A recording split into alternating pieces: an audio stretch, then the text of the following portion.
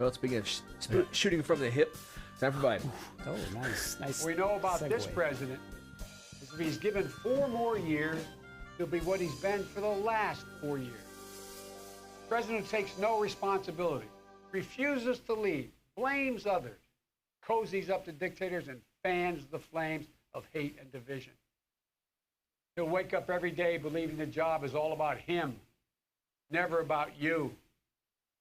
Is that the American you want for you, your family, your children? I see a different American, one that's generous and strong, selfless and humble. It's an America we can rebuild together. Love is more powerful than hate. Hope is more powerful than fear. And light is more powerful than dark. This is our moment. This is our mission. History will be able to say that the end of this chapter of American darkness began here tonight. Love and hope and light join in the battle to solve the nation. And this is a battle we will win, and we'll do it together. I promise you. Thank you. May God bless you. May God protect our troops. I was really impressed that he got everybody's name right. God? He got God's name right? During his whole speech, he did not mess up one time. Like, holy cow, he did it. He pulled it off. This is the funny thing, is that for months and weeks and whatever, Trump and whoever else likes to speak for him have been hyping up that Joe is senile, Joe is mentally deteriorating, and all he had to do to dispel that was deliver a competent 23-minute speech. Yep. It's like the easiest setup. Well, do you know the conspiracy theory that's going on right now about that? No. There's a bunch of clips where in some videos he's wearing a watch, and in his actual speech he's not, so they think it was pre-recorded. I don't know. I was looking up today the Melania Trump stunt double theories. There's a lot of good stuff out there.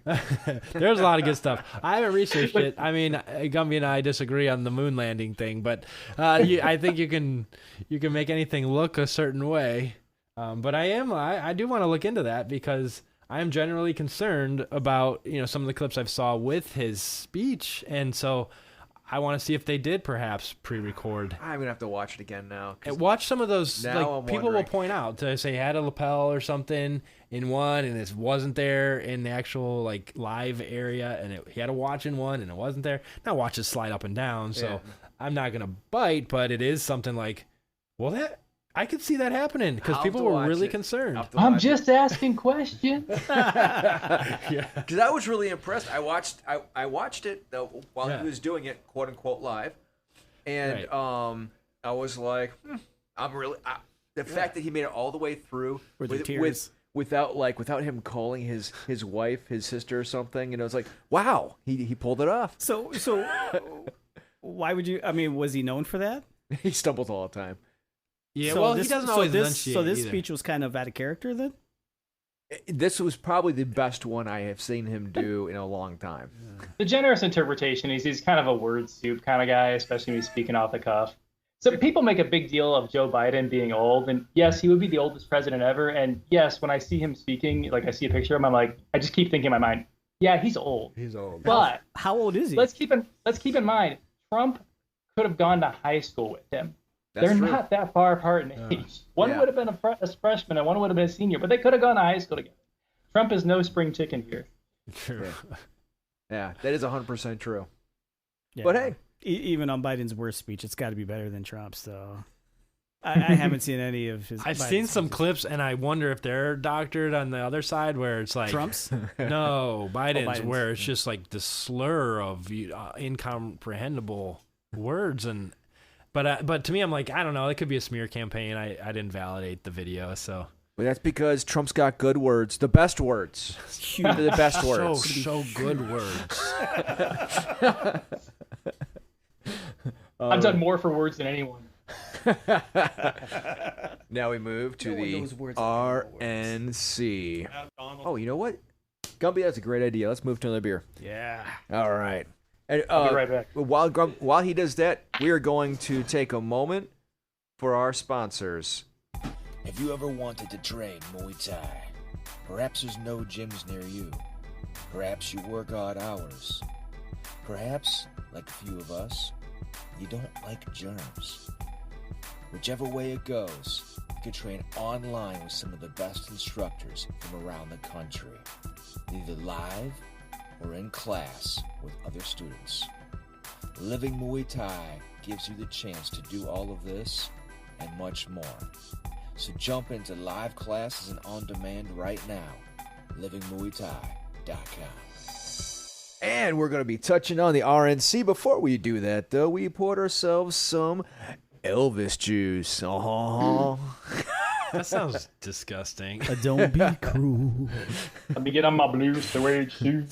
So, this is an IPA like no other. Elvis juice puts grapefruit center stage, primed with tart, pithy grapefruit peel for a citrus assault on the senses.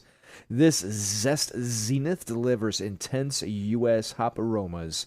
Gigantic grapefruit notes are tailgated by orange and pine, all piled high on a caramel malt base. This rig is juiced up and ready to roll. It has an ABV of 6.5. Okay. Grapefruit is the best beer fruit. So, I don't care what anyone says. I agree. Hey, Jim Gaffigan disagrees. I also disagree. And I think I made a comment to the guys that I think we have two liberal beers. To me, we need a conservative one.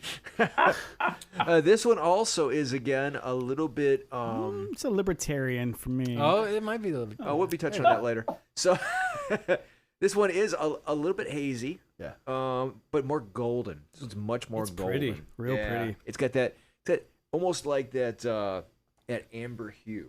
It's got that amber hue to it. Yeah, like a honey. Not much of a head. Not much. It smells good. It has almost a flowery aroma to it.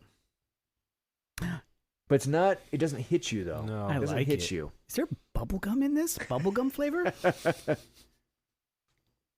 feel like I taste kazoo bubblegum. Ooh. Or like bubblicious bubblegum. I'm sorry. That's got a great flavor. I like it. I like it a lot. Yeah. That's got a great You guys flavor. gotta be drunk. when does bubblegum show up in beer? Well, I've had that before from Fatheads. I don't sense the bubble gum, but the grapefruit is buried a little bit by something even more fruity. I taste the grapefruit. I taste the grapefruit, but it's Yeah. not overpowering. There's almost No. something sweeter. And it's that peel, right? That the peel is kind of it's gently sitting Yeah. in your mouth. Yeah. I like it. Mm. It's good. Although I still taste a hint of bubblegum. I do like this. I will say it tastes different coming out of the growler than it does in the can. Because this is one of the ones I will occasionally drink at the gym. For those who don't know, at Revolution Fight Fitness, where I teach, we actually have a gym, or rather a bar in the gym. So afterwards you can rehydrate. Beer is great for rehydration. It's an IPA as well, so I do think the hops and the grapefruit. It's sort of like I can't tell what I'm tasting. It's hoppy or is it grapefruity? Yes. Yes. I wish I had that Jim Gaffigan clip with the grapefruit. He does a great segment on grapefruit. yeah. Oh my god. He talks about how doctors use it to compare tumors. Yes. It's a great segment. It's the size of a grapefruit, right? Yeah, right. All right. Looks like you may have a tumor the size of a grape, and they're like, Oh, oh, that's great. They're like, grapefruit, I didn't finish. He's the best. I love Gaffigan. He's been beating up on Trump lately, Jim Gaffigan. Has he? Yeah. Man, when do we get to talk about Jeff? Yeah. Yes. I love the guy. I love him even more now. Yeah. Oh man, he's been hitting him hard. Then I mean, he outright, somewhat vulgar language to people who were supporting him, and I guess in some dialogue in that context, not just a broad thing, but Hey, any comedian that opens up for the Pope, just saying. This is actually a really interesting thing. I actually tweeted out that I thought the Gaffigans were some of our greatest evangelists of the 21st century. Yes. In light of those tweets, and the reason why is they really opened themselves up to a lot of Catholic media platforms in the past couple of years. They talk about their faith, but at the same time, if you ever actually looked at their art, you never got confused that they were like super Trumpy or anything like that, and quite the contrary. I mean, the Jim Gaffigan show, deals with a lot of uncomfortable stuff that Catholics go, "Ooh," at least some Catholics. Yeah, he goes, I don't read the Bible much. I don't have to because I'm Catholic. My favorite part was like the first or second episode of his show, and he's like, he's going to church with his wife, and like the priest is like, "Who is this guy?" And like she's like, "This is my husband," and he's like, "I thought you were a widow." Yeah, he says when they see his wife, they're often like a gasp. Yeah, that's your wife. He's funny. He says his wife is like a Shiite Catholic. She's like really Catholic. Yeah. Says, so I call her up sometimes and I pretend I'm the devil. This is the El Diablo. He's hysterical, man. Yes, he is. All right, moving into the R and all 39 votes for President Donald J. Trump. I proudly cast all 19 of Hawaii's votes for the re-election of Donald J. Trump. Madam Chairman, Louisiana proudly cast its 46 votes for President Donald J. Trump.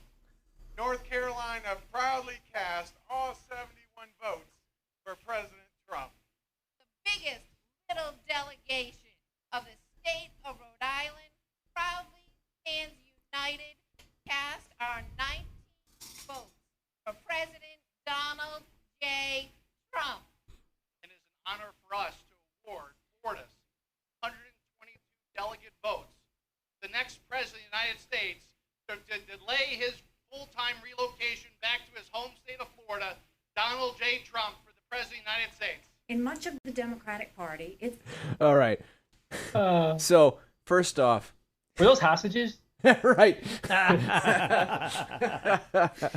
They were rescued. It's if they were trying to show diversity, they really failed. There was a female representative, at least. Diversity in thought, you mean, or just like racial diversity? Yes. Oh. See, I'm just not even looking at that.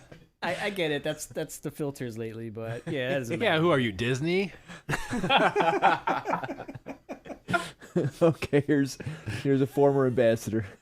It's now fashionable to say that America is racist. That is a lie. America is not a racist country. Just a Republican this is Party. Personal for me. I am the proud daughter of Indian immigrants. They came to America and settled in a small southern town. My father wore a turban. My mother wore a sari. I was a brown girl in a black and white world.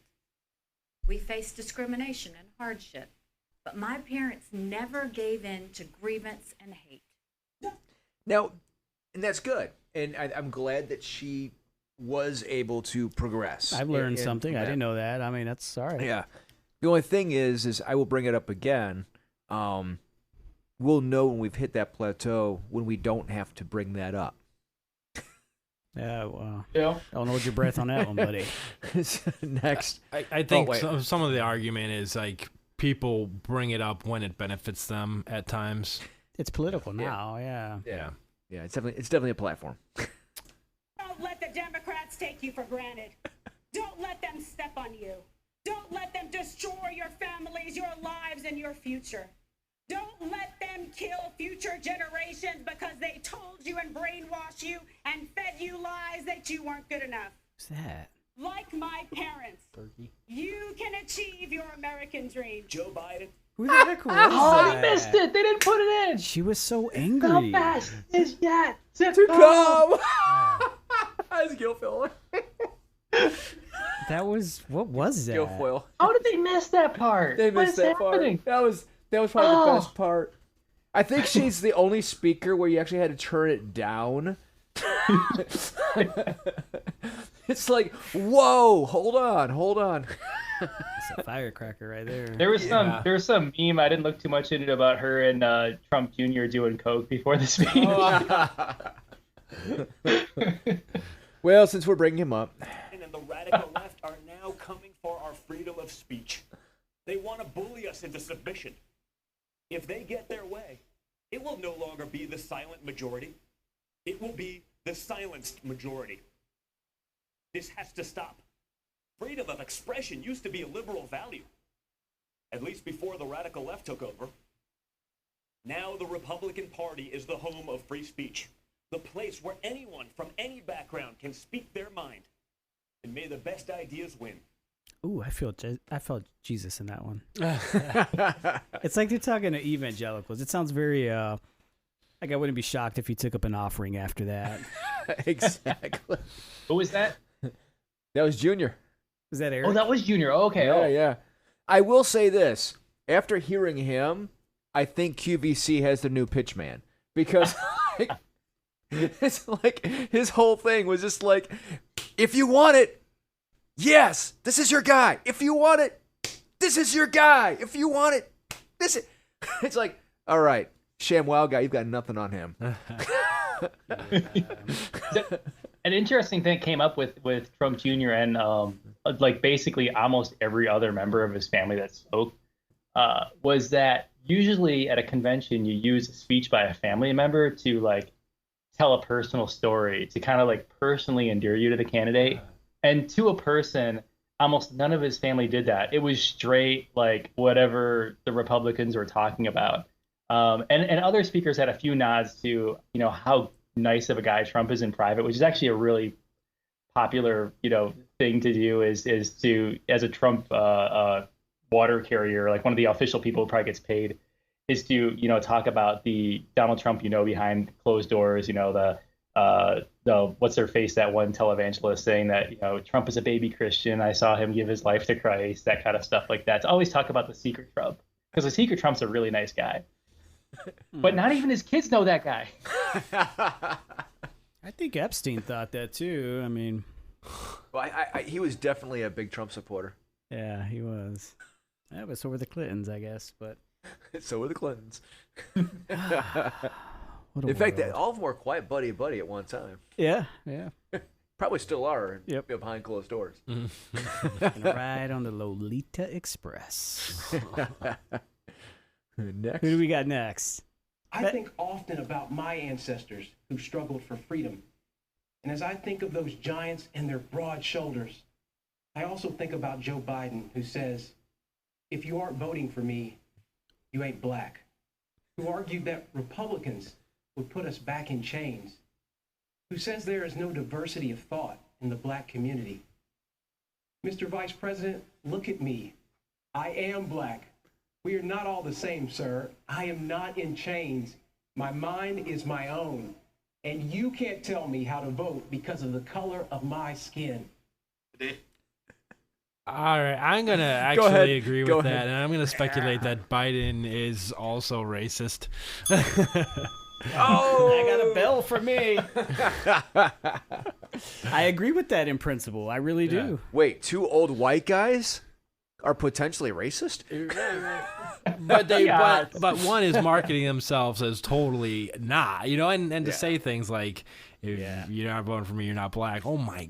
Do I think there may have been a little brown nosing to get a job? Maybe. I don't know. Maybe he was kissing a little bit, but I do think in principle, I do agree with that. Oh yeah, in principle I do. And I'm glad that Trump brought all 4 of his black supporters out.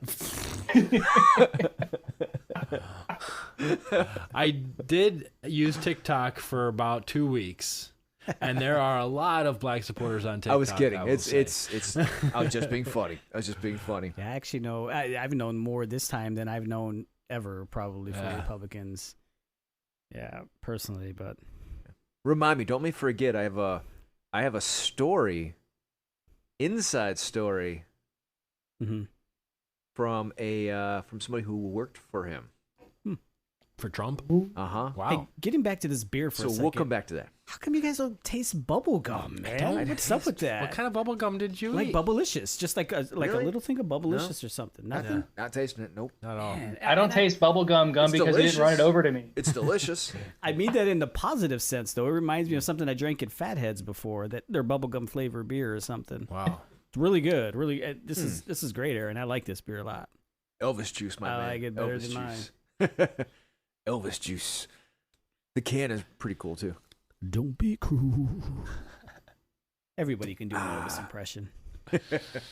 All right. Thank you very much. Thank you very much. Next speaker. Because of the president's determination and leadership, the ISIS caliphate is Yep. wiped out. Mike Pompeo. Its evil leader, Abu Bakr al-Baghdadi, is dead. And our brave soldiers, they're on their way home. The president exited the U.S. from the disastrous nuclear deal with Iran and squeezed the Ayatollah, Hezbollah, and Hamas. The president, too, moved the U.S. Embassy to this very city of God, Jerusalem, the rightful capital of the Jewish homeland. Just 2 weeks ago, the president brokered a historic peace deal between Israel and the United Arab Emirates. This is the deal that our grandchildren will read about in their history books. I want to acknowledge. Oh, you gotta stop. Yeah. I know I have to stop right there. I'm gonna make you an offer you can't refuse, huh? This is the most important speaker for a podcast called Bible Over Brews. Which one? The one that just spoke? Yes, Pompeo, precisely because he moved, talked about moving the embassy to Jerusalem because it was all about Trump supposedly fulfilling a prophecy believed by many of his evangelical supporters. Yeah. Yep. Yeah. I mean, that guy's. Yep. Yeah. He's just a neocon. That's all I can say. Wow. Pro-war, they profit from war. They profit from anything war. Yeah. I will say, I only have I have a small circle of veteran friends, and most of them they're older veterans. But the younger veteran that I've talked to, who served mostly during Obama, said when Trump came into office, proceeds and funding towards the military went up drastically. I don't know, but I do think there's a lot of military supporters for Trump because of that. Well, it's Republican in general. Yeah. Interestingly, though, the Military Times just did their poll and found that Trump was actually losing 37 to 43, which is actually quite remarkable for a Republican politician. Well, you know why, right? See all the stories coming out? Oh yeah. Well, that was done before those stories. No, that poll. So I should have cued this. So Trump told some of his internal people in his cabinet about how much he hated going to pay respects at military funerals. He said he couldn't understand why people would join the military. They're morons. They get nothing out of it.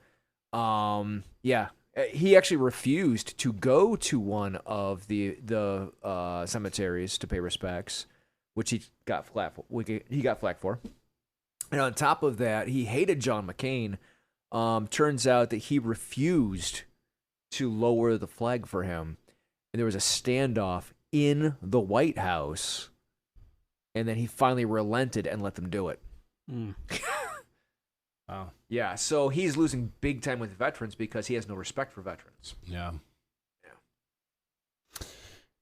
In the long run, I'm not sure if how much weight that'll hold with the military, because it seems as long as there's avenues for war, that's enough to keep them voting. Oh, and I'll add that correspondence was from Fox News. Yeah. I mean, it reminds me not too much different than, Henry Kissinger saying the same thing about military, calling them pigs. Wow. On record. And, was he a Republican though under Nixon? No. So like you brought up earlier, like what these values that we have, they are interchangeable. They have been in American politics.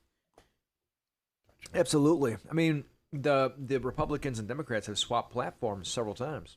Mm-hmm. So, have the Democrats put? It feels like the campaign has not been anything tangible at this point. But are they going to offer what their ramifications are for the military? Like, are they going to cut military spending, raise military spending, keep it as is? I haven't heard anything but racial stuff these days, so I'm not sure. I honestly haven't heard, and I try to look into that, but yeah, it's been pretty off the radar. I think people are really focused on the domestic stuff right now. Right.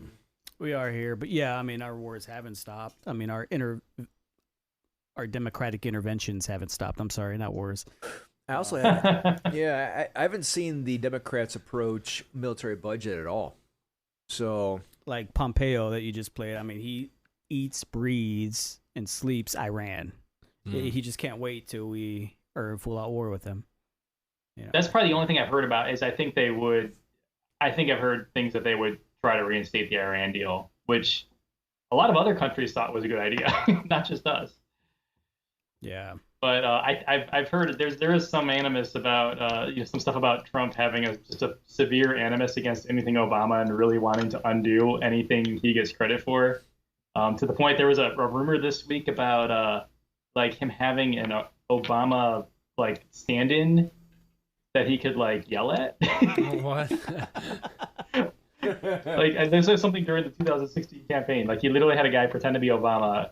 Oh, this is from Cohen's. I forget his first name. The lawyer for Trump. Michael. Who honestly isn't 100% trustworthy, but also probably isn't 100% trustworthy. Yeah, no, Michael Cohen. Michael Cohen. Yeah. This is a preview from his upcoming book talking about the Obama stunt double or insult double, I should say. That's nuts. Was it one of those? Was it Peely and was it that dude that always imitated Obama? Oh, Key and Peele. Yeah, Key and Peele. I didn't know. What a great I didn't job. know there was a guy. Oh my gosh, yeah. Those were great. Yeah. Thank you. And his anger management specialist. I know, man. When they do like Obama, oh my gosh, it cracks me. It's great. Oh my Lord, that's great. They do a better Obama than Obama. I know. All right, next speaker. We'll read about it in history book. I want to acknowledge Melania. that since March, our lives have changed drastically. The invisible enemy, COVID-19, swept across our beautiful country and impacted all of us. My deepest sympathy goes out to everyone who has lost a loved one, and my prayers are with those who are ill or suffering. Like all of you, I have reflected on the racial unrest in our country. It is a harsh reality that we are not proud of parts of our history. I encourage people to focus on our future while still learning from our past. We must remember that today we are all one community comprised of many races, religions, and ethnicities. Our diverse and storied history is what makes our country strong, and yet we still have so much to learn from one another. So it's money, right? It's got to be money, right? I'm just gonna say, how do we know she's a documented American? Do we know that? You know, I haven't seen her birth certificate. Let's start a whole new birther movement. Well, you know what Trump said, right? About as far as your, hold on. Uh-oh. So, Mike. Yes, Aaron. Were you born in Ohio? I was. Okay, you're fine then. You were too, right? Sí, señor. Okay. I was not. I was born in Virginia. Okay? But I live in Ohio. So according to Trump, you know what that means?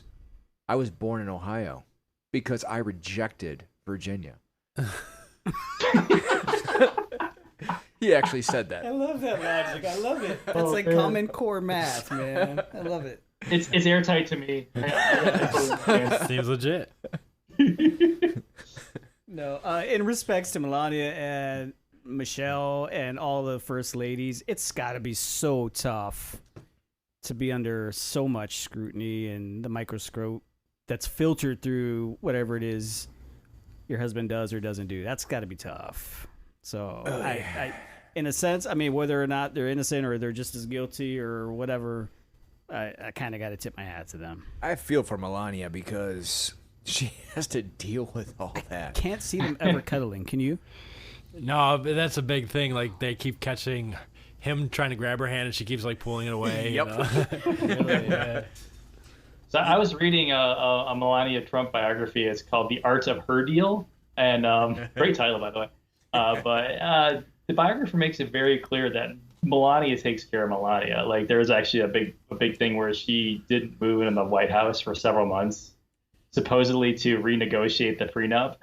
Oh wow. Yeah. So and apparently that's like the one of the few voices that Trump is afraid of. Like he's got to run it by Melania. Wow. Is it just me, or does her kids not quite look like Trump? I don't know. Just saying. Anyway, next speaker. If the Democrats had their way, they would keep you locked Marsha in Blackburn. your house until you become dependent on the government for everything. That sounds a lot like communist China to me. Maybe that's why Joe Biden is so soft on them. Why Nancy Pelosi says that China would prefer Joe Biden. Yep, I bet they would. That's actually a nice zinger. I love it when they pose it as a question like, yeah? What are you gonna do with them apples? I've got nothing. Wow, I like her. She should run. I can't totally dismiss the first part of what she said in terms of the dependency upon government. Yeah. I could see some of that argument in principle. Yeah. Trump voters, though, are the most dependent on government out of anybody. Like, subsidies go disproportionately to rural areas, actually. Yeah. So even before the lockdown, like, you know, they were big recipients of, you know, stuff like, you know, Medicaid and food stamps and all that. Yeah. And this changed during the Trump administration? No. Although I would say I wager that I remember as a popular talking point on conservative talk radio that 50% of people don't pay any income taxes, and I would wager under the Republican tax law that they put out in 2017 that fewer people actually pay any income taxes. I actually, when you count everything, I have a decent job. I'm a computer programmer. I have thousands of dollars in income tax credits I do really well under the Trump tax plan, to be honest, despite being not a Trump supporter. And I wager basically anybody with a few kids and not making a ton of money now gets taxed more. They don't pay income taxes. So there are a lot of people who don't pay income taxes because of Republicans. This is where my value, I think, in politics, I'm more of a libertarian, so to speak. In this part, where I think the idea of big government can be bipartisan, and Democrats and Republicans can become dependent upon the government when it grows so big. Mm-hmm. So I'm not just faulting Democrats for that, because I think it happens too on the Republican side. But in terms of like government assistance, like welfare and all of that, it's always a Democratic push. That's true. That. Mm-hmm. Yeah. So, and I don't know if that really helps. Yeah. An interesting thing I heard is that actually Democrats and Republicans moralize welfare in different ways. So Democrats tend to moralize like corporate welfare, like only, corporations shouldn't be doing certain things in order to get, subsidies or tax credits or whatnot. Mm-hmm. While Republicans moralize welfare towards the poor, like for instance, with, SNAP or food stamps, putting all these different rules on the things you can and can't buy, or adding the work requirements, or, doing various things to try to exclude certain people from certain benefits. So there's a lot of moralizing on both sides, whereas it would probably be a lot more efficient. You wouldn't need nearly as much bureaucracy, and a lot of people would be helped if you just were actually generous with the benefits. There's I think it's Annie Lowry. I forget which publication she works for. She has a book that I hope I'm not getting the title wrong, but I think the title is basically something like "Give Everyone Money." It's just like, let's give people more money, and then this economy would grow like gangbusters. Mm. Yeah, I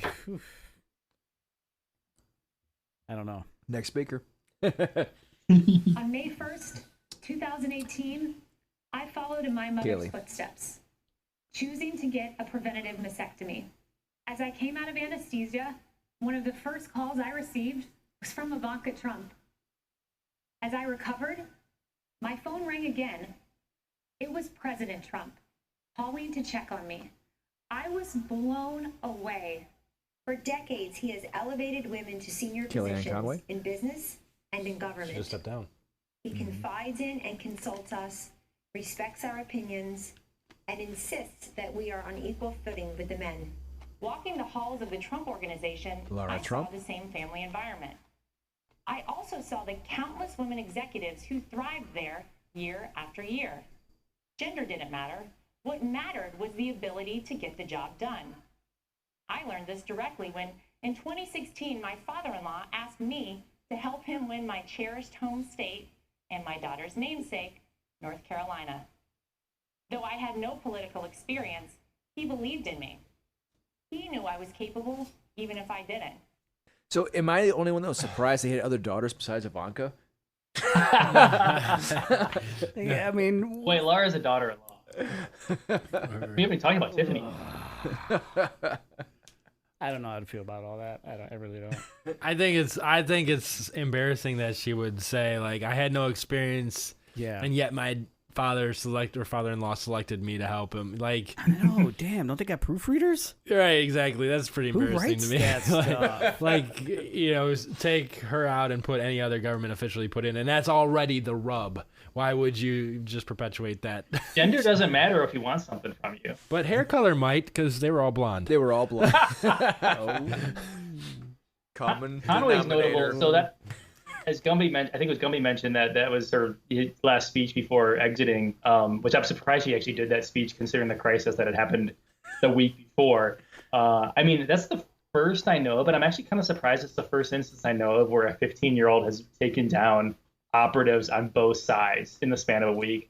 Because Claudia Conway's, both Conway's daughter, Georgia and Kellyanne, she put out some tweets to the effect of that I'm seeking emancipation due to years of psychological abuse. And she's been challenging her mom's politics for a while, but she even said, her dad's no saint either. And I don't agree with him much on anything, but except Trump, not having Trump there. And both Conways, basically said, oh, we're done. Wow. So good job, Claude. That's some serious damage to wreak to political campaigns within the span of a week by a 15-year-old for sure. Yeah. Yeah, it's. But please tell me it gets better than that. Let's find out. President Trump marshaled the full resources of our federal government from the outset. It's Pence. He directed us to forge a seamless partnership with governors across America in both political parties.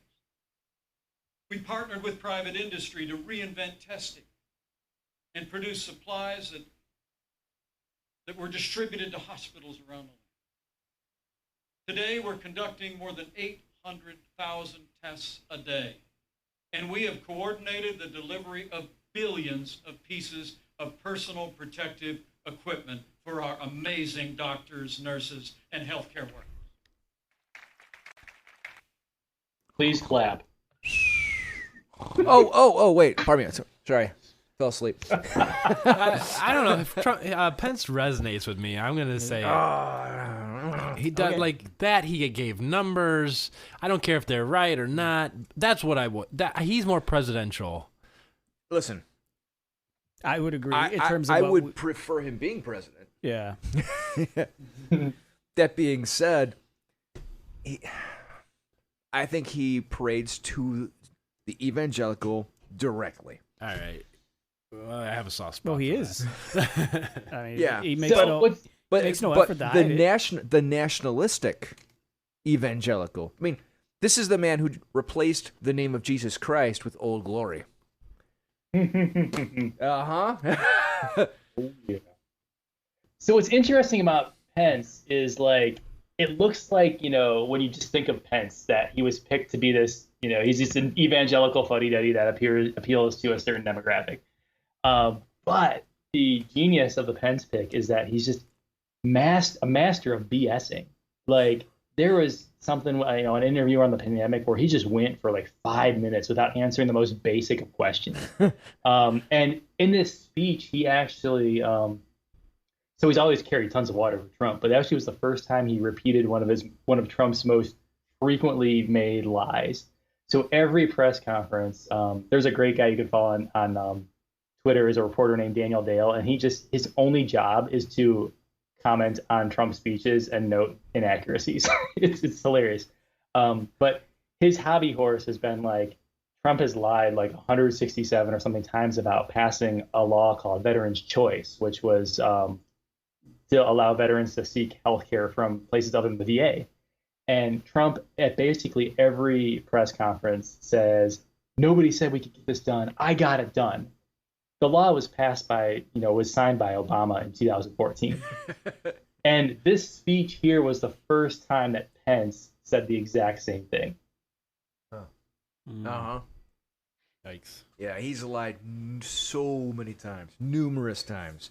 Although he is the best president for helping African Americans since Abraham Lincoln. So he's even better than Abraham. What are you talking about? Oh, that's true. He's got nothing on him. Pence is actually, he's very evangelical. I mean, he makes no qualms to hide it. Not at all. He's waiting for the rapture. Oh yeah. Wow. Oh yeah. Yeah, So- hardcore. I mean, if they can do anything to help bring it along, I mean, because you'll make a Hey, buck hey, or two. why is the embassy in Jerusalem, guys? Yeah, I mean, you know what? Pence was probably the one who pushed the whole Jerusalem thing. Oh gosh, yeah. I believe it's certain Jared Kushner. Uh-huh. Next. Dad, people attack you for being unconventional, Ivanka. but I love you for being real, and I respect you for being effective. Our president refuses to surrender his What? beliefs Wait, to score point with the What political the heck elite. just happened? To my father, you are the elite. You are the only people he cares about scoring points with. If these problems were easy to solve, previous presidents would have done so. But you don't achieve different results by doing things the same way. Oh, sweet daddy's girl. Washington has not changed Donald Trump. Donald Trump has changed Washington. Whoa. Are we sure we should boast about that? Maybe we should rock back on that one. I really want to like what she's saying. I can't. No. Yeah. There's nothing there. I mean, No. yeah, at first she stopped and paused. I wasn't sure what happened. Yeah, I thought it was over. I thought that was she it. thought she tweeted. And I was, oh no, I'm not tweeting. Okay. Yeah. Is that nothing. Yeah, I don't think even though he put his own people in there sort of thing, I don't think he's changed Washington. No. He's just kind of like made it more confusing. interesting? That pokes at something deeper with me though. Yeah. Why? Why is it always the same no matter what? Side goes in. It's like, yeah. Same swamp, different monsters. No. Exactly. Well, they are all blonde now. Same swamp, different blonde monsters. Yep. Hey, well, she's by conversion, she's Jewish, No, that's true. That is true. And according to Trump, she's hot. and she not is. just that, but Orthodox Jew. Yeah. So Yeah. I mean, after all, he did say that, man, that would be his girl if it wasn't his daughter. oh my God. Yes. He did. Even if you think it, don't say it. Oh. Oh my gosh. And what we've all been waiting for. So tonight I say to all Americans, this is the most important election in the history of our country.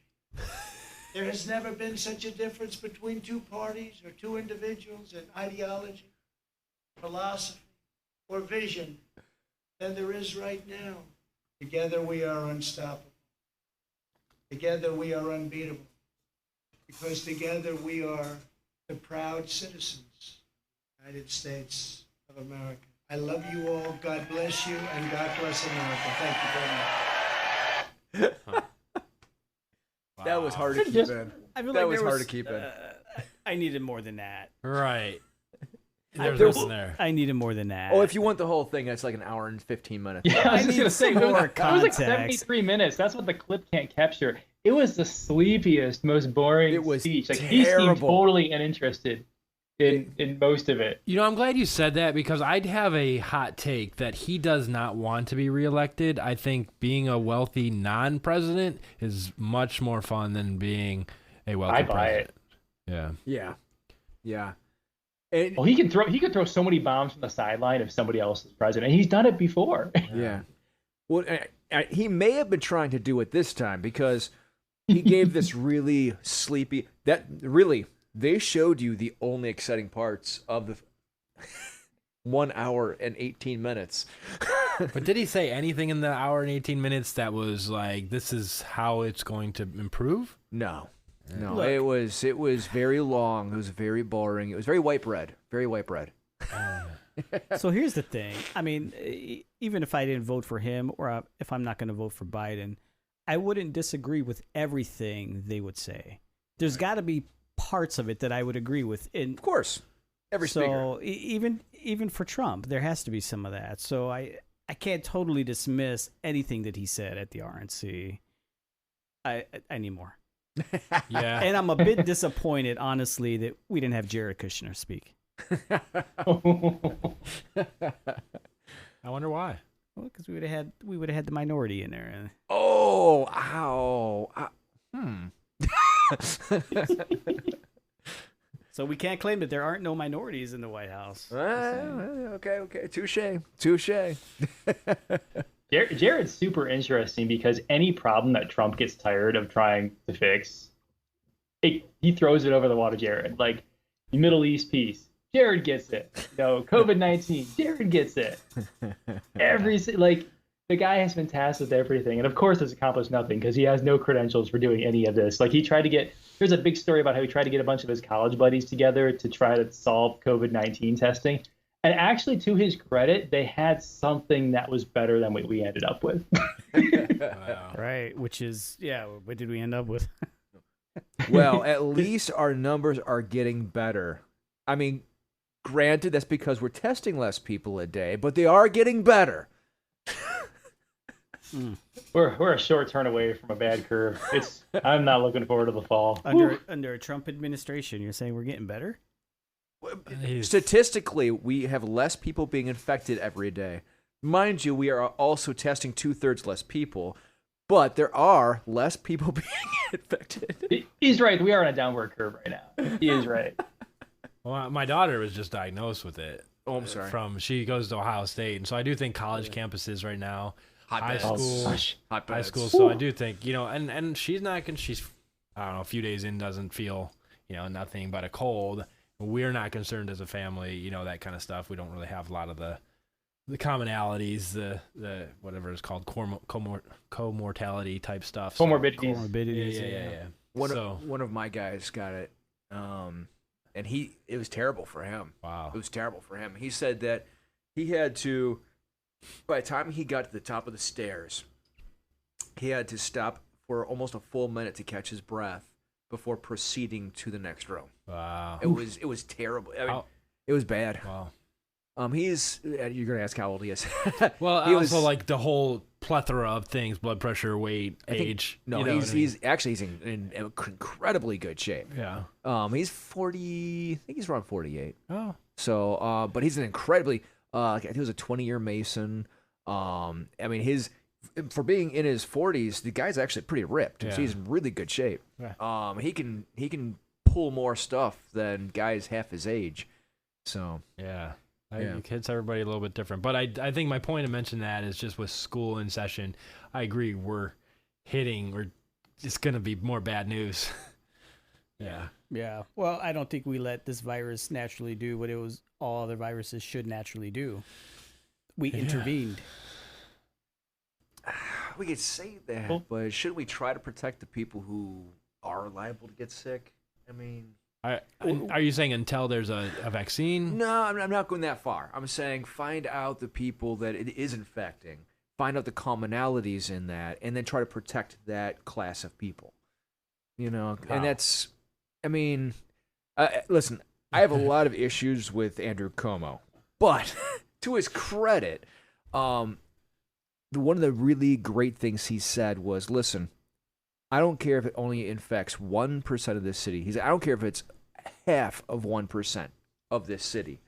He's like, those are still our people, and every one of their lives matters, and we need to make sure we protect them. So, yeah, I mean, didn't help sending them to the nursing home. Yeah, what do we? At what place do we put a single human life? So we could say, yeah, let it run its course, but shouldn't we at some point be trying to protect, right? Well, yeah. Yeah. Go ahead. I heard an interesting take on this. Is someone noted, and when I think about the plagues I know about, this makes sense, that we've never achieved herd immunity except through vaccines. When you think about smallpox, we might think about the plague. They just kept coming back until we either fixed the underlying conditions in the case of smallpox until we had a vaccine. Yep.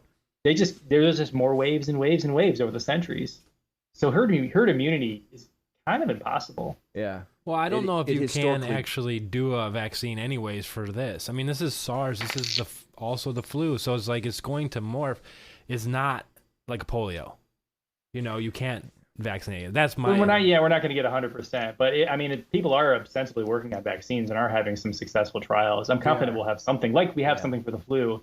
A big part of the issue with the flu is we can't address all strains. And also, we have a lot of people who just don't believe in vaccination anymore. I just wonder if it's going to be the same thing where it's just like, they've already said people are being reinfected, which means the virus has already changed away from what the immune it mutates system. Like all viruses do. So that's what I think. Which is why vaccines and herd immunity, I agree. It will never be 100%.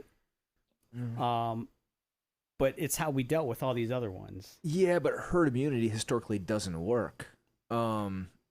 Let's take Sweden, for example. They said, we're going to use herd immunity, except they lost twice as many people as any of the surrounding countries. Earlier, but it's leveling off now. It's leveling off, but they still have more deaths. So, I mean, curious. Yeah, I'll have to look. I know the numbers were kind of evening out. Like, they didn't really... they spiked quickly, but then everybody, I think... Yeah, I mean, they still lost twice as many people. So, it really didn't work. I think we have a lot of templates for what worked.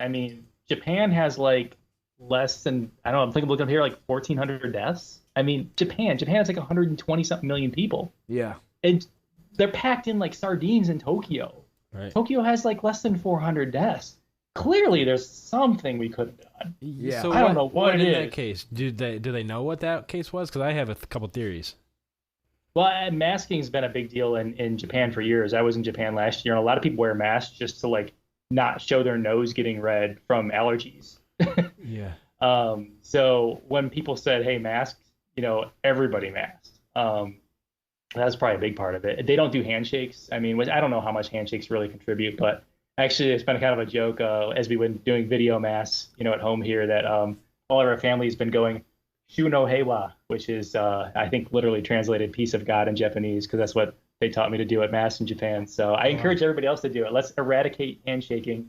Even if it doesn't cause COVID, let's eradicate handshaking. It's stupid. I do think social practices can evolve a little bit. The 6 foot rule doesn't just have to be during pandemic. I actually like a little bit of pearls. Maybe not everywhere, but my theory is we focus so much on this one microscopic issue when I think part of the reason Japan is being successful is because Western civilization has horrible, horrible health practices. We're not going outside. We are obese. We are sick every day. And I feel like if we focus on that, eating right, getting nutrition, exercise, and stuff like that, we're going to be less susceptible to these things. I agree with a lot of that. That's a good point. And if we had the ability to go to a doctor, a lot of us can't go to doctors without facing many hundreds of dollars of deductibles if we even have insurance at all. I've heard of stories of folks just, having kids with seizures sitting in the parking lot waiting to see if the seizures subside so they can avoid going to the hospital and get a multi-$1,000 bill. Whereas in Japan, you can, they actually have a very private form of insurance. I'm sorry, I'm rambling here. But they like it's only like it's a very small amount of money. Everything's a very fixed cost in their healthcare. So even if they were obese or had another underlying issue, they could actually get it taken care of or managed. Whereas we have big problems with getting people, that kind of care. Yeah, I think we need to be more proactive rather than reactive with this. I agree. Yeah, no, I agree. And only until we address and attack those issues. That's why I've spoken to too many nurses at the clinic. I've heard a doctor specifically here at the Cleveland Clinic give a lecture on COVID-19 during the pandemic that he says the fear and the hysteria is so much more worse than what the outcome of this thing is going to be. And that just magnified it. Yeah. Just kept on going. And a lot of the nurses that I know personally were under pressure to label and diagnose everything COVID. Yeah, see, that's the weird COVID-related. thing, though, because I've seen the other side, too. It's like I've never seen polarized healthcare, right? But there, nobody agrees. You find doctors that are like, oh, my gosh, I'm dealing with this every day. And other doctors are like, no, it's not, not Yeah, this. but when there's financial incentive involved to label things as COVID. Yeah, part of that I think is just bad testing because yes, the first test that came over were only 30% efficient, right? So it's like a large portion of that I think was just down to bad testing. Yeah, and if hopefully we have to hope to God that it is only going to be this bad because this is emulating the 1918 flu epidemic. The Spanish flu. That's what I'm curious. So, like that one and wasn't. And we've seen it mutating throughout the summer. People are getting reinfected, right? Yeah. It is mutating. So we know what happened in the fall at that point, right? 55 million people then died. So we have to hope that right now this is how it's going to be. That is the best case scenario. Because if it continues to what we had before and it is emulating that, you are looking at millions and millions dying because it keeps mutating until November. So we have to hope that it's not going to do that. What's the death rate right now? I think normal is less than 3%. But yeah. What's the survival rate? Anyone who gets infected with COVID. That's still being studied. People will say 99.9. It's high in the 90s. Yeah, it's high. It's above. It's 95 or higher. But so was the Spanish flu. Anytime we talk about so many people getting infected, millions and millions of people getting infected, so whatever 97, 98, whatever the survival rate is, that translates to hundreds of thousands of people. They're projecting over 400,000 deaths by the end of the year. Yeah. Especially when you consider a bunch of countries with lots of people packed in really tight didn't have that happen and aren't projected to have that happen. It doesn't make us look good. Yeah, I just wonder if this is just something consequence of humanity at this point, where we might be able to combat COVID, but we're buying time, and it's just going to kind of keep happening. You know what I mean? And not to saying it's not sad or we should accept that, but to me, I'm kind of saying we all, like you said, we're all packed in here, and this is the way we've kind of populated the world, and I do think it's just going to be, all right, we can get over this one, but it's another thing's going to happen, I'm not saying we packed in. I'm saying other countries we're all packed in, and other countries manage this way better, which is absolutely true. Okay. Yeah, I think that's one argument. My argument was this could be an earth cleansing the earth. You know what I mean? Earth, I think there's a balance of biology. At some point, we are infectious creatures. When we came over with our farm animals to the Aztecs, we wiped them out. You know what I mean? Like this disease, we carry the disease, and I think it's only a matter of time before we have more disease. I agree. Oh yeah, there's going to be another one. This is why we if we want to have less people to die because of pandemics, because there will be more of them, we probably have to do something different than what we did this time. Yeah, which was let Donald Trump manage it. Right. Not to be a naysayer, I just think it's a form of Mother Nature population control. I'm not going to say, God's doing this, but I am going to say it's a consequence of just overpopulation. Well, I have said before that You got him going, Mike. You got him going. We are the virus, and the virus are the antibodies of the earth. All right, Bill Gates. God's pinnacle creation. No. That's Godzilla. The pinnacle of God's creation that we preached and believed. We are now the virus. Yeah, I mean it's both sides of the deck. Yeah. No, if we're gonna take that statement at face value, though, considering how many more Americans died, are Americans the virus? Oh, the American mentality, I do think is in a virus right now. Yeah, the whole man, it's just so combustible, and I think I'm not gonna say anything one side or another. I'll leave it there, sort of thing. But I do think, there's a lot wrong with Americans' belief system and selfishness. Yeah, in terms of what we do and how we operate in the rest of the world, usury, wars. Yeah, I would agree. I could see the argument in a sense for that, but to think that somehow this could be divine intervention of God cleansing that so that we can change our practices. No, because what if the people who got sick from COVID were actually in really good condition and there were no other comorbidities and they had no heart disease, right? And they didn't have cancer and they didn't have all these other things that COVID-19 just took it over the top. Maybe they would have had a higher chance to live. Yeah. If what?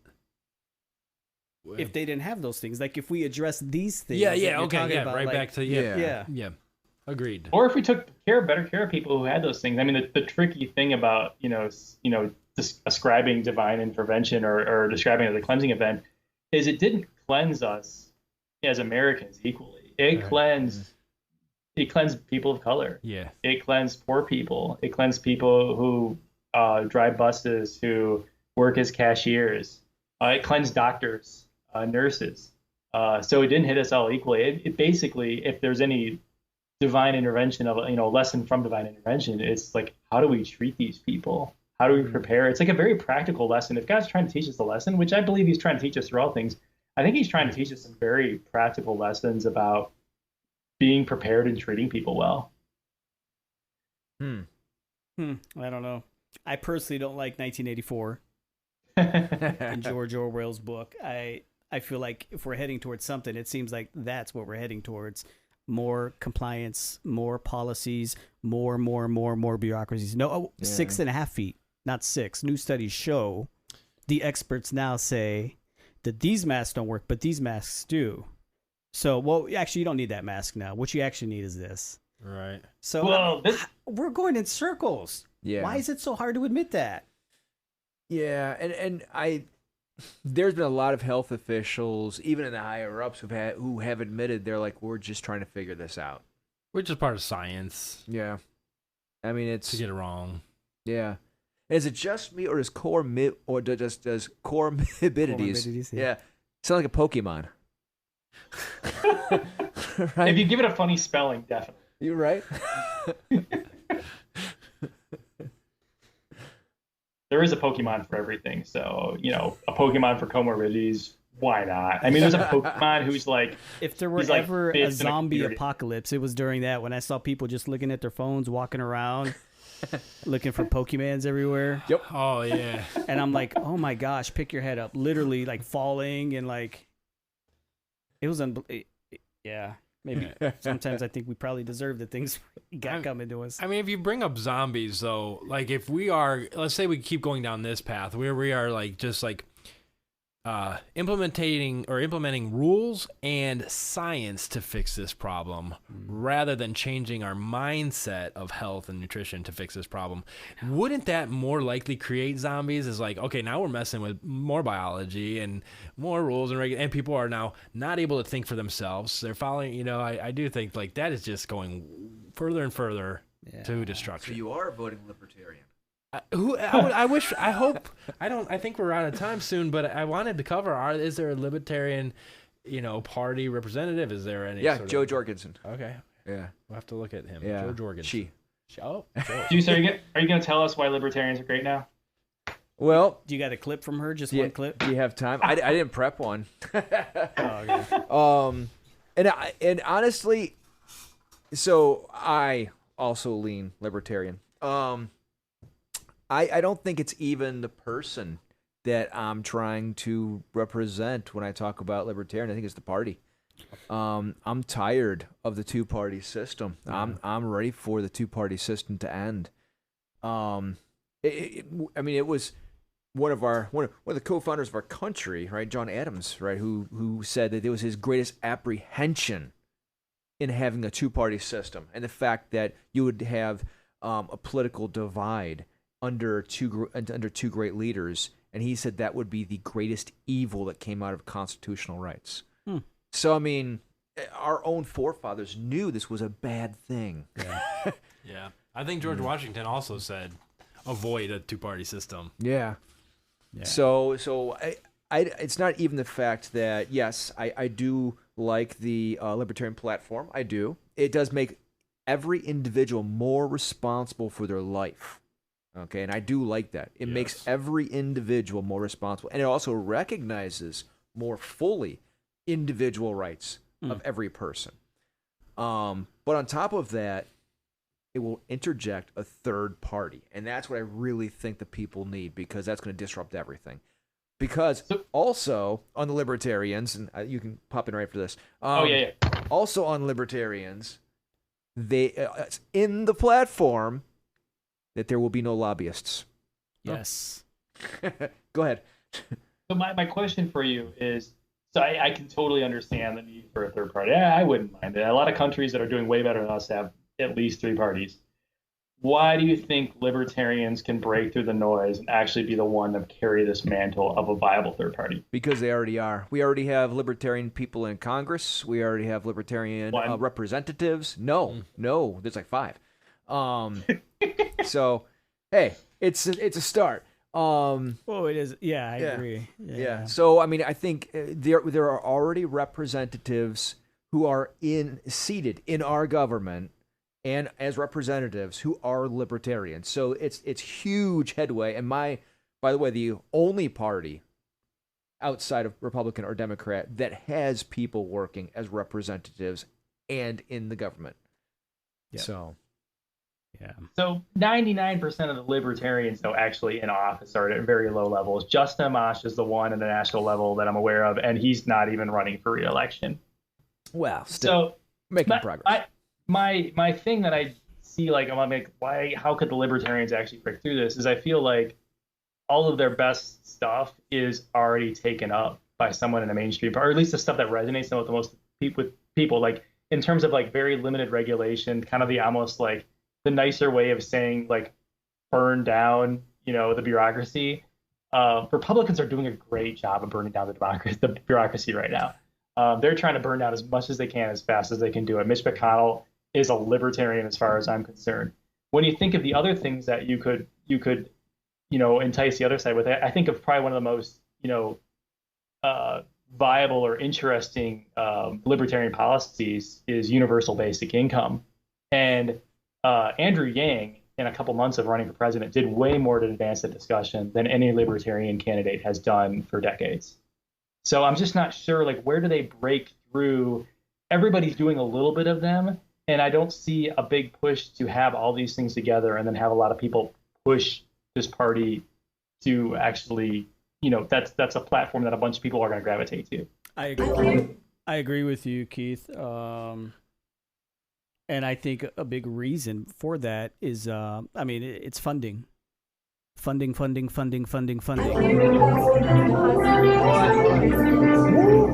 All right, I killed it. Sorry. I think it's so much as to do with funding. I mean, whatever the libertarian or whoever the person's, whatever their platform is, this is where I think something is fatally wrong with the system that's set up right now. So if a libertarian that does come up and does run, this lady you're talking about, if she were to promote certain ideas like, okay, you're not allowed to have lobbyists now pushing with all these different PACs and all these interest groups paying and putting all this money into your fund, it's not going to get anywhere. And I hate to say that because it really bothers me that it wouldn't get anywhere. Or like, think of the last one, Ron Paul, right? Ron Paul stood no chance. Did he have a following? Yeah, he had a following. Mm-hmm. But some of the ideas he had that were truly groundbreaking and would truly rock the whole boat of our economic way of life here and how we do things and in war and different things like that by auditing our the Federal Reserve, different things like that. Both sides were like, oh, no, we don't want that. So exactly. there will be no funding for a person like Ron Paul ever, and he will never raise enough like a Trump to get in office. But it's going to be the only way to break through. Again, when you have a two-party system, you are no longer ran by those two parties. You are ran by the oligarchy behind it. You are ran by the corporations behind it. You are ran by the special interest behind it. You're ran by the lobbyists behind it. And they're mostly the same companies on both sides. They're the same corporations on both sides. The same oligarchs on both sides. I agree. They cater and they dangle carrots. Oh, look what we have. They dangle carrots and they create the tension on purpose. The media has definitely created tension on purpose, so you have to go one way or the other, all right? They're the biggest culprits of it all. But by having those two parties, you are not being ran by a Democrat or you are not being ran by a Republican. You are being ran by the company that supports them. And as long as you think like that, you are being ran by that corporation. So I hope you like President Walmart. I agree. I totally agree with that. I just don't want to be called a conspiracy theorist anymore. Do not call me one. I can back it. I can back it. No, I agree, and I'm with you 100%. But those are just, those are harsh realities. Mm-hmm. I think in today's day and age, like Keith, you bring up a good point. If we can identify what makes them stand out differently, we all have such a large voice now that really a campaign can be driven by the people in a way. So I do think if enough of us get together and create this movement, because it almost happened with the Tea Party a couple years ago or several years ago. And so I do think that would be the chariot there. There almost has to be the Linux of media, right? Yeah. So you know what I'm talking about, because so if a viable third party comes out and we think we're going to use Facebook or Twitter, we're wrong. Mm-hmm. Because the moment we start doing that as a legitimate grassroots movement that actually has something legitimate to go somewhere and to be a viable candidate, we will be shut down. I don't agree. Not on Facebook. I'm not so sure about Google, but I think Facebook would see that as a revenue opportunity, honestly. Well, if they can make money on it. Right. It is Zuckerberg. Yeah, so I don't... I really feel like you have to tap into a larger existing constituency that doesn't feel like they're being represented. So, for instance, probably one of the loudest and angriest at this point, I don't know how actually big it is, but progressives. They're reluctantly voting for Biden, by and large, but I don't think they're very satisfied. And some of the more left-wing principles, around, like, say, social issues, liberty around those, things like universal basic income, as I mentioned, just being generous with resources, but also giving people a lot of liberty to do things with them. That could be a thing where the Libertarian Party could tap into progressive angst about the current corporatist Democratic Party. But the longer I think it holds on to kind of the classic libertarian, view as it was, conceived when the party came around, like talking about things like, completely eliminating welfare and relying on private charity, for instance, like we've kind of already proven that's basically impossible. Like there's not enough private charity in the universe to address people's healthcare needs, for instance. Like you could give people, $1,000 a month and they hit, one life-threatening issue and suddenly there's $1 million hospital bill. And what charity is lining up to pay that? None. Yeah. So I feel like certain of the classic platforms are wildly out of step with our reality and where a lot of people who are upset with the status quo are going. I don't disagree with that. I just think there's elements of baby in that bathwater where it's like, okay, so no, you don't do charity, but we all know that community would solve a lot of these problems as social injustice as well. So I do think if we can pitch it as putting our fate into the hands of the communities and educating communities and having programs around building communities, that sounds like a pretty sweet deal to me. And there's several subsidiarity. Platforms. What's that? Subsidiarity, that kind of the principle. It wasn't G.K. Chesterton who talked about that, about really kind of focusing whatever was, the the best place to solve a particular problem. I mean, that could actually be a mantle. I think libertarianism. I don't know if they're going to get a critical mass with that, but it's an interesting idea to talk about right-sizing government support at each individual level and providing a lot of liberty within that. Yeah. There isn't money to go towards what you were just saying, $1 million hospital bill. And I agree with that 100%. That's where, if we look at our monetary system and how it's set up, the oligarchy, the word you use, and I agree with that. Please tell me how during one of the worst times in our country now, a pandemic, right? Or all these race relations and everything else that's still going on, right? Can a man like Bill Gates buy a $500 million home in the middle? You know what I mean? Yeah. Well, yeah. This is also our vaccine savior too, by the way. But how does this happen? How does a man like Jeff Bezos gross more than a small country? I'm pretty sure he's going to buy the next country. Tell me how a system that's set up that enables something like that, that's so grossly unimaginable for us, can permit that, and then yet we think that somehow there's going to be equality with the right and left. Exactly. Gumby, I think you just illustrated how we're going to get the first viable third party. And how we're going to get that is Bill Gates is rich enough, he could buy the presidency if he wanted to. No, but how did he doesn't want to yet. The first billionaire or probably trillionaire who decides to do that and then organize a party underneath whatever he believes is the first viable third party. I think, which sucks, but that's what I'm going with. I think you're right. I think that's what Ron Paul was able to get his name out there. I think he was the closest thing to that billionaire kind of guy. Yeah. But he's a drop in the bucket compared to Bezos or whoever. Bill Gates. Is he a billionaire? He could get 2% of people vote for. I'm talking about someone who's he may have had some support, but that man's a family doctor. Oh really? Yeah. I remember when he first ran, my parents were like, "Oh, he's only able to do this because he's so rich." So I think he was. He does wealthy, okay. maybe. Yeah, I'm He does sure he okay. is. Yeah. Lives a different lifestyle than us, maybe, but I certainly wouldn't even put him in the same boat as Bill Gates or anything like that, or Warren Buffett or anything. Bill like Gates that. or Bezos. Bezos could buy his own country. He's a harsh buying critic a too. presidency isn't just paying for ads or whatever, all that, self-funding your campaign, which Ron Paul could do, Bloomberg could do.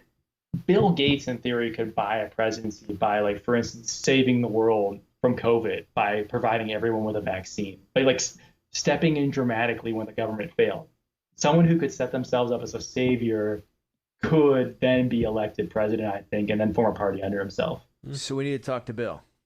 Yeah, basically.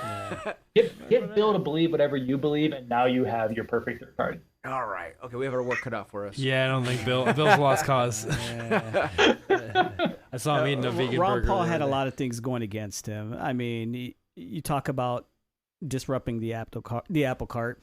You don't talk about the Federal Reserve. You just don't. You don't talk about changing how that operates. You don't do that. That's a big no-no. JFK did that. But I concede. That's not the only thing he did. They also have some other things in common too. Ron Paul was a big critic of Israel and us financially supporting them. I like JFK. So JFK thought that too. Yeah, he had his problems, but I've always liked JFK. But he says something very interesting once. Who did, JFK? And this is not a conspiracy theory. This is a quote from JFK. We know you're not one. Right. No. He said, there is a conspiracy in this country to enslave every man, woman, and child. Before I leave this presidency, I will expose it. That was 7 days before he was assassinated. Yeah, I remember the speech. Yep. Wow. Yeah. All right, now I believe in one conspiracy theory. I mean, the term has just been, it's a smear campaign now. You call somebody that, or you call them a flat earther. You don't want to tackle what they're talking about. You just need to smear them. And so that's what conspiracy theories does, especially within politics. Yeah. Oh, before we quit, I almost forgot. Remember, you guys didn't remind me. I have one personal Trump story. Okay. Oh. All right. Great. Is a Ended friend on of high mine. note. This is a friend of mine. All right. So he was actually one of the people who were wiring his casinos. So he was down there wiring the casinos. They wired all of them, all the ones that he went bankrupt on. They wired all of them. His company he worked for the company directly. He said we did everything. He said then the minute that we ended, he did bankruptcy. He's like, and he didn't even try to compensate us. He said he didn't do anything. We lost all that money, all the wiring that went into every building, all the pay that went to every hourly guy. He just walked away. He just walked away from it. Didn't even try to compensate us or anything. He said didn't speak to us. He's like, we heard it from one of the people who showed up and just gave us a paper. He's like, my boss was so ticked off. He went in there and just started breaking stuff that he had just put in. Yeah, so Wow. he's like, why did he do that, Trump? Because he was losing money on it. He had to file bankruptcy on his casinos. Yeah, was that? And this when was that, like 90, early mid-90s? right? Yeah, right around there. Yeah. Yep. And what's funny is that this is a friend of mine. He's Pentecostal. He's actually Puerto Rican. He's a Pentecostal Puerto Rican. So like, that's kind. So when we went to sit down to have lunch, this is just this last week. He asked me. He was like, "So what do you think about Trump?" Knowing that he's a Pentecostal, I'm like, I'll keep that to myself. And he's like, I hate the guy. All right, let's talk. So, She got a list right here. and and he told me the whole story, and I was like, oh, that's terrible. Wow. But yeah, he's like, I hate that guy. He's like, I will never vote for him. It baffles me about evangelicals. It really does. I mean, a person like Trump, all of this stuff, his history, how he got to where he is, it's not, you can find out. Yeah. And you don't get to the top of the New York apple without being cutthroat, without being... Yeah. That story of him stiffing people, it's repeated so many times. There's so many people to back that up. There's a book I read recently. I mean, the guy's a kind of a shameless political hack, Rick Wilson, but I love the title of his book. It's called Everything Trump Touches Dies. And I mean, the guy bankrupted casinos. How do you bankrupt a casino? Like, it's literally a business for scamming people that's legally allowed. Yeah. Right. Yeah. It's almost foolproof. It's like buying a Starbucks. It's gonna make money. It's way more reliable than Starbucks. Man, it's a good story, Aaron. That's all I had. All right, man. I do want to apologize for the boomers. I didn't mean you're all racist. I meant there's a lot out there. They all stopped listening by now. They won't hear your apology. Okay, so you should be okay because it turns out statistically very, very few of our listeners are actually boomers. All right. So you should be good. And now they never will be. I love all generations equally. Yeah. Just don't tell the 30s and 40-year-olds that you don't like them because that's our biggest listener. Oh, okay, yeah. There's nothing taboo over brew. All right. Make sure you check us out on Patreon and Facebook, especially Patreon, because we need you guys to buy us some brews. And Facebook and Twitter and pretty much every